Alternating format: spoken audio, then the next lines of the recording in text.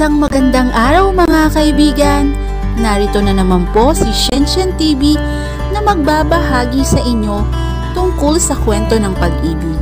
Pero kung bago ka pa lamang sa aking YouTube channel, paki-like lang po ng ating video, paki-click na rin ang subscribe button at ganun din ang bell icon para lagi kayong updated sa mga paparating ko pang mga uploads. Chapter 7.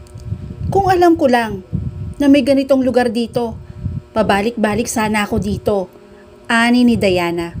Habang humahangang inililibot ang mga mata sa kapaligiran. Nasa ibayo sila sa paanan ng bundok.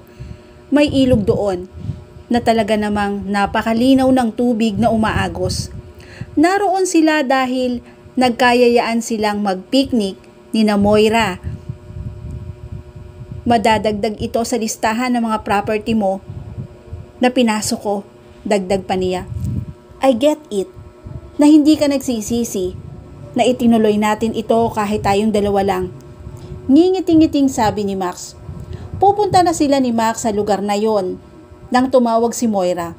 Hindi raw makakasama dahil sa biglaang trabaho, pero hahabol di umano. Maya-maya ay si Mila naman ang tumawag. Ganon din ang sinabi. Ang duda ni Diana ay sinadya ng dalawa na huwag sumipot, and she was actually okay with it. Bakit? Dahil gusto mong masolo si Max? Tudyo ng kanyang isip. Nag-init ang kanyang mga pisngi. But yeah, she loved Max's company. Hindi pa ako nagsisisi, kaya wag mo akong bigyan ng rason, sabi ni Diana. Bago tinuluyan si Max na iayos ang kanilang mga dala sa malaking picnic mat. Sa loob pa ng ilang beses na pangungulit ni Max, ay napalagay na rin ang loob niya sa binata. It had been 3 weeks mula nang makilala niya ito. Masasabi na rin na kaibigan na niya si Max.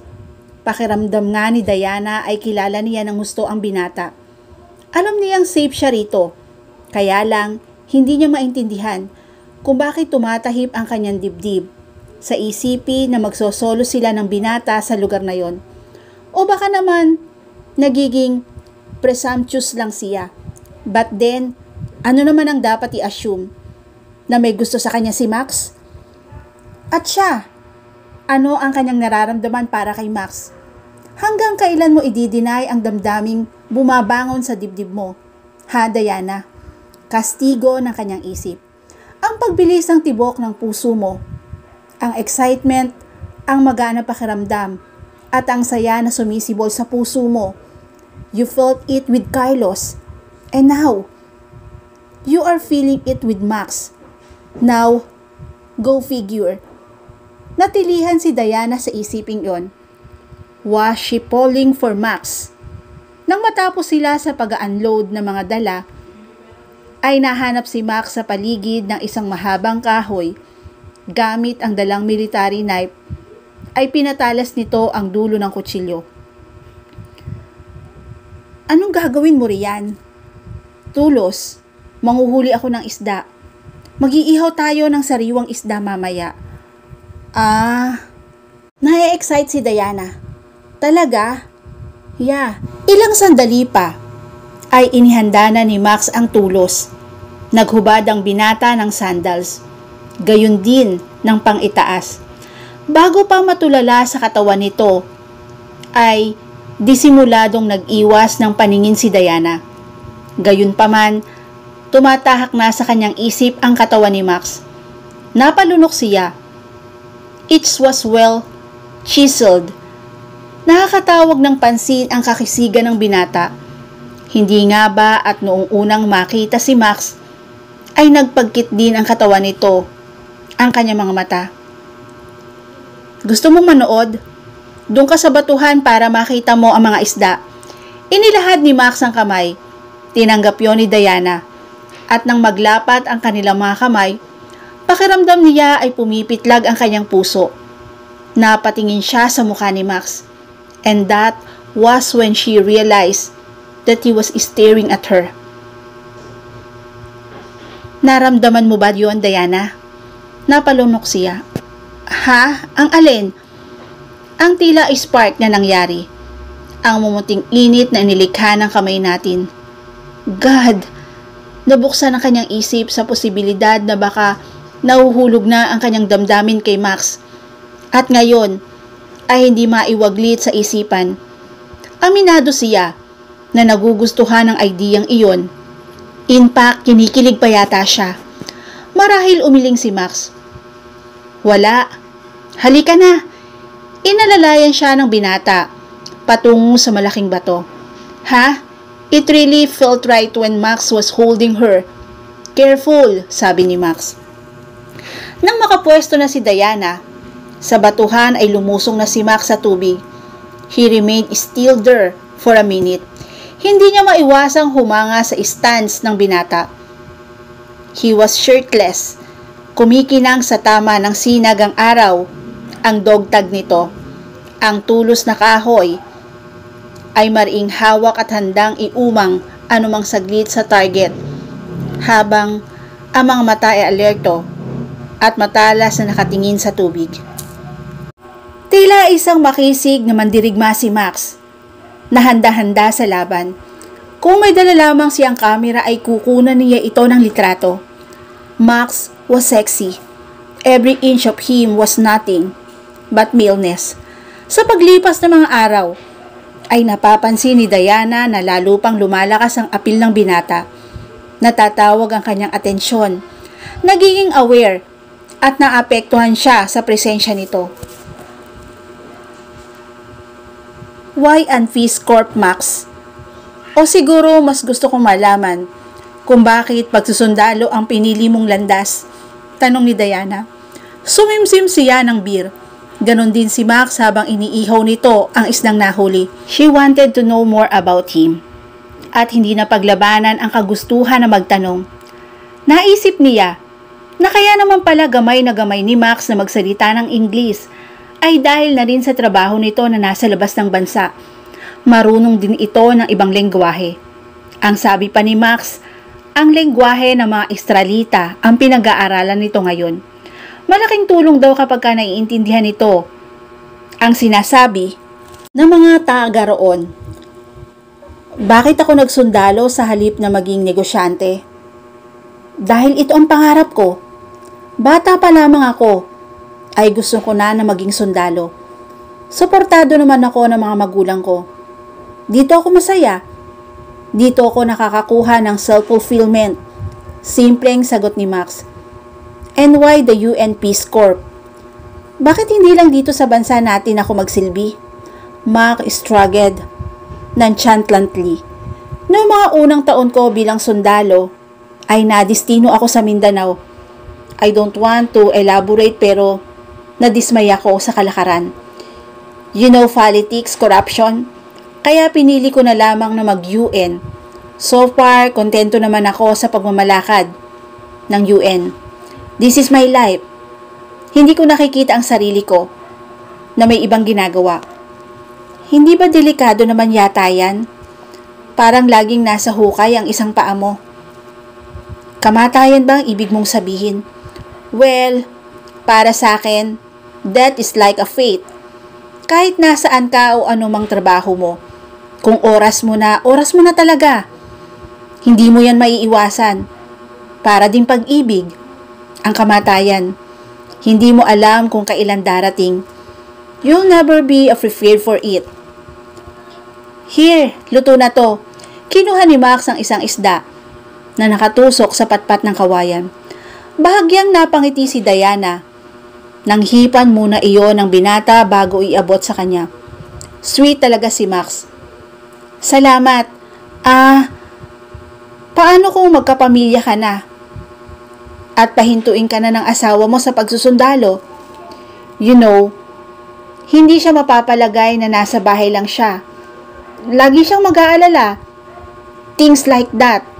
Max held her gaze. Bakit? Patitigilin mo ba ako? Tila tinambol na naman ang dibdib ni Diana. Ha? Malinaw niyang narinig ang sinabi ni Max at pumitlag ang kanyang puso. Sa totoo lang, nang itanong niya kay Max ang bagay na yon, She actually featured herself as Max's wife future. Yun ang kanyang iniisip, a future with Max. I mean, kung ikaw makakapag-asawa ng tulad ko na sundalo, patitigilin mo ba siya sa propesyon niya? Nakataas ang sulok ng labi ni Max. Tila pinipigilan ang mangiti. At nang marahil ay hindi na nito mapigilan ang ngiti, ay pinakawalan din yon, habang kunwari ay inaasikaso ang iniihaw na isda. Nahawa si Diana sa ngiting yon. She also smiled. Nakita ni Max ang pagngiti niya. He held her gaze. Sinalubong naman niya ang tingin ng binata. Para silang mga timang na nagingitian. Pakiramdam nga niya, hindi lang ang kanyang mga labi ang humingiti, tila kumikislap din ang kanyang mga mata. Binitawan ni Max ang iniihaw. Lumapit ito kay Diana at naupo sa kanyang tabi. Kinuha ng binata ang kanyang kamay at pinagsalikop ng kanilang mga kamay. Hindi siya tumutol. She actually loved the feel of his hand against her. Para bang may pagkakaunawaan na namagitan sa kanila.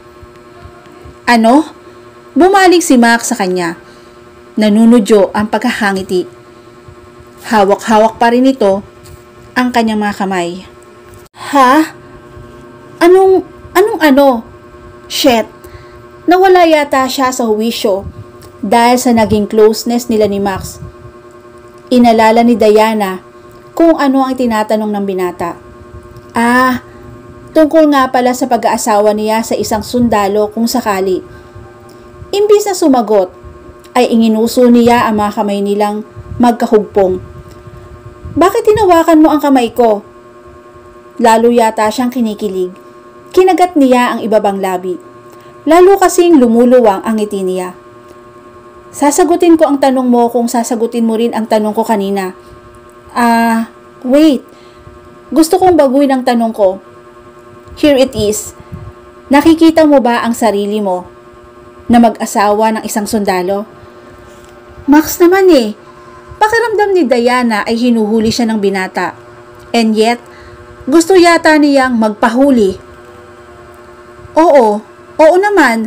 Bakit hindi? Yung ka-holding hands mo ngayon, muling hirit nito. Hindi na maikakaila ang kasiyahan. Kunwari ay iningusan niya si Max. Maya-maya ay may naamoy. Sunog ng iniihaw mo!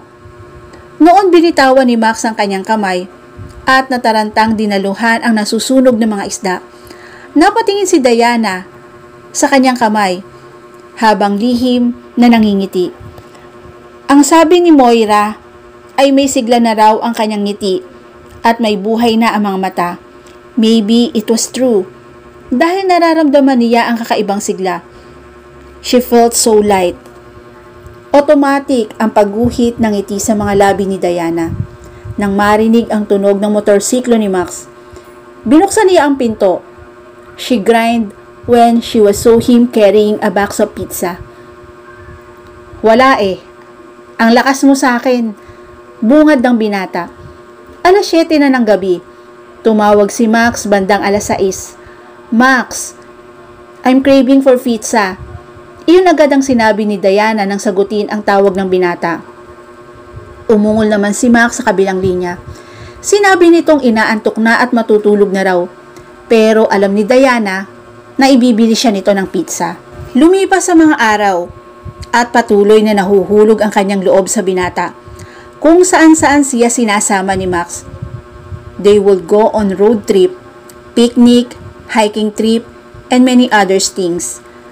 Ang nakakamangha pa, halos doon din lang din sa San Mateo at mga karatig lugar nila ginagawa ang mga yon. She discovered many places that were worth seeing. Lalo niyang na-appreciate ang kalikasan. Gusto tuloy niyang pagsisihan ang mga panahong ipinagmumukmok. Parang nasayang lang ang mga oras na yon. Napapansin din ni Diana na tuwing malapit si Mac ay tumatahip ang kanyang dibdib.